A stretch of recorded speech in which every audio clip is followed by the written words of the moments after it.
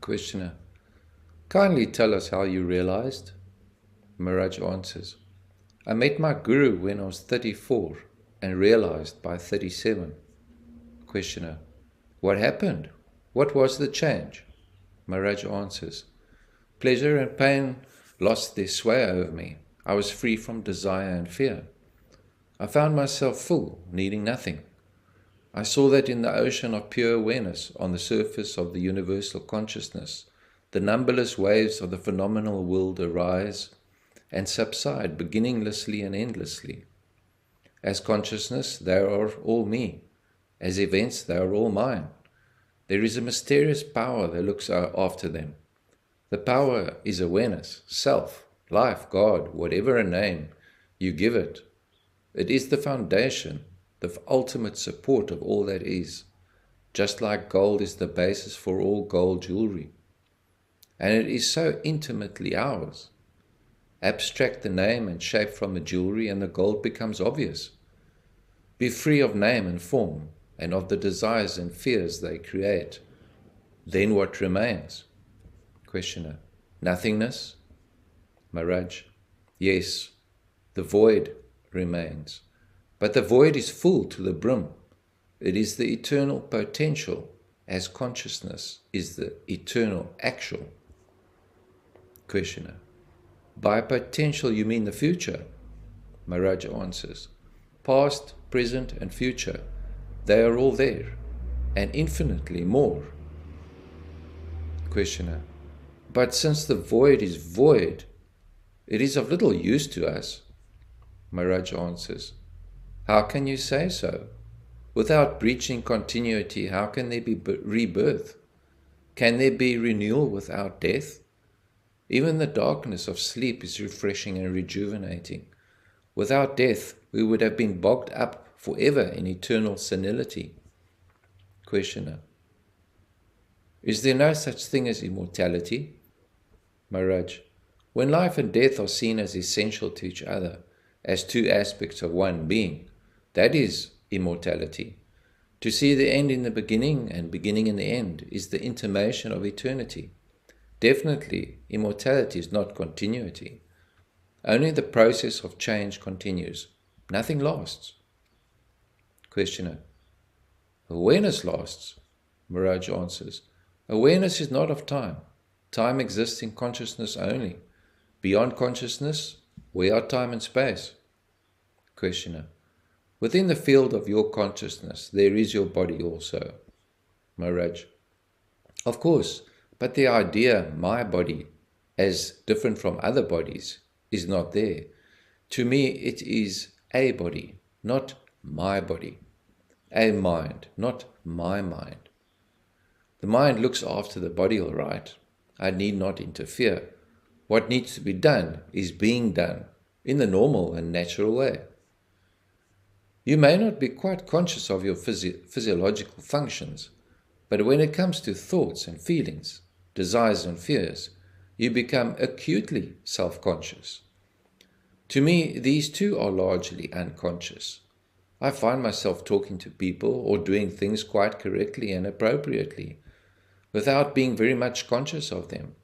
It looks as if I live my physical waking life automatically, reacting spontaneously and accurately. Questioner: does the spontaneous response come as a result of realization or by training? Maharaj answers: both. Devotion to your goal makes your life a clean and orderly life, given to search for truth and to helping people. And realization makes noble virtue easier and spontaneous, by removing for good the obstacles in the shape of desires and fears and wrong ideas. Questioner: don't you have desires and fears anymore?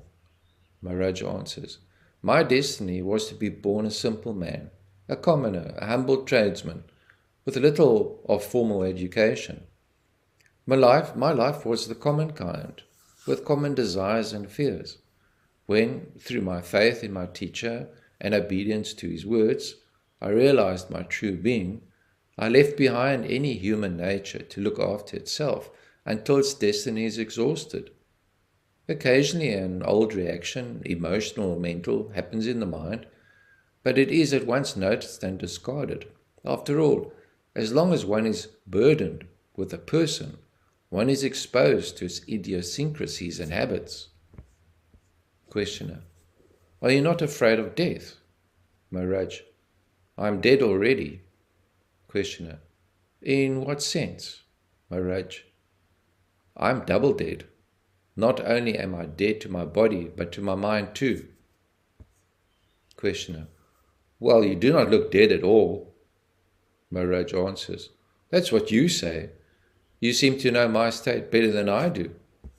Questioner: Sorry, but I just do not understand. You say you are bodiless and mindless, while I see you very much alive and articulate.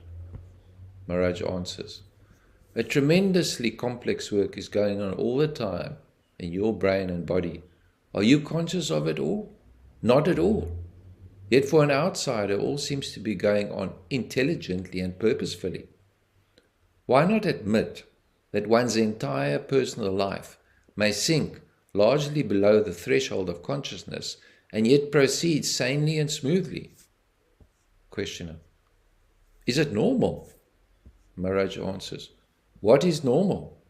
Is your life obsessed by desires and fears, full of strife and struggle, meaningless and joyless, normal? To be acutely conscious of your body, is it normal?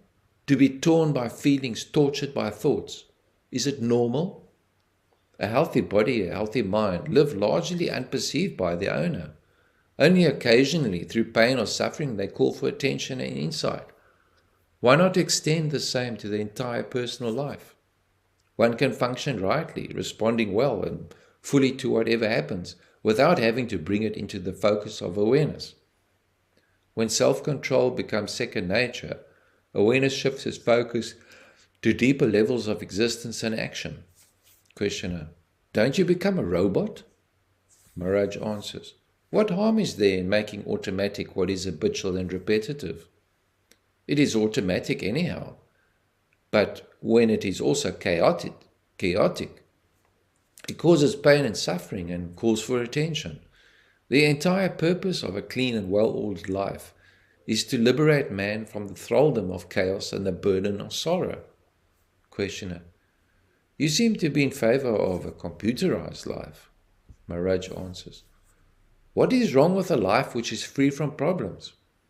Personality is merely a reflection of the real.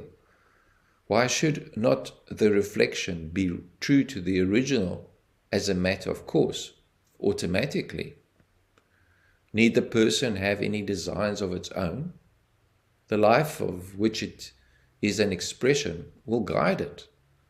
Once you realize that the person is merely a shadow of the reality, but not reality itself, you cease to fret and worry. You agree to be guided from within, and life becomes a journey into the unknown.